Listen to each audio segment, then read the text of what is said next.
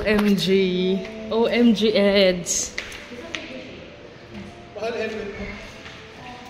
OMG Eds. Favorite lang kasama namin ube. Sobrang saya ko for you. Kasi pinanganak sa katabi ube. Pinaglihi siya sa ube po. Oo, pinaglihi siya sa ube. Kaya ang galing dito kasi may ube talaga. Ube bakery. Ube. Ano po? Jam po kami, jam. Eto wala namang ube yung mga yan. May ube po flavor ito po. Lahat? Hindi ito, ube. Ay hindi, ito. Like kunwari, coconut peanut. Jam yung mga yan, ma. Opo. Grabe, marami kayong ano? Pag gabi, marami kayong customer or hapon? Hapon tsaka gabi po. Hapon gabi. Grabe, oh. OMG, I'm so happy for you. Ube, beans. Koreano yung may-ari? Opo. Mahilig din siya sa ube? Ano po to? Fried rice po ng branch sa Vietnam. Ang baby po.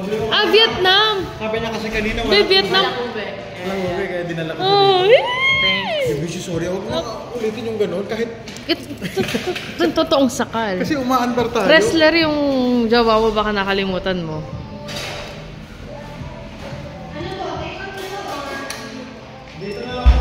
Wow, I'm so happy for Edsy. Ako yung kinikilig for Eds, my God. Ako yung kinikilig for you. Dito na lang kami. Pero maganda sa taas. Sige, mamaya. Baka gusto mo picture po ba? Sige, picture kayo. Ano ba yan? Ano gusto mo dyan, ano? Eds.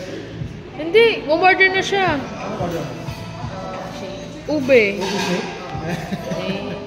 Ano gusto mo, BBG? Sabayan na natin. Wala akong apple cider. Sasakit yung ano ko eh. May anti-gout ka naman eh. Hindi ko alam kung nasan eh. Pomelon, no? Pomelon. Kinuha mo ba? Tumahal. Isa lang ininom ko. Mahal ano yung... Ay, mahal. Ma'am, ano yung ade? Ade? 8? Ano yun? Ano po yung isang Korean po kasi yung... Pero yung ingredients po yun is pomelo jam namin tsaka mango tapos Sprite. Para po ano. Sige, pomelon. Pomelon.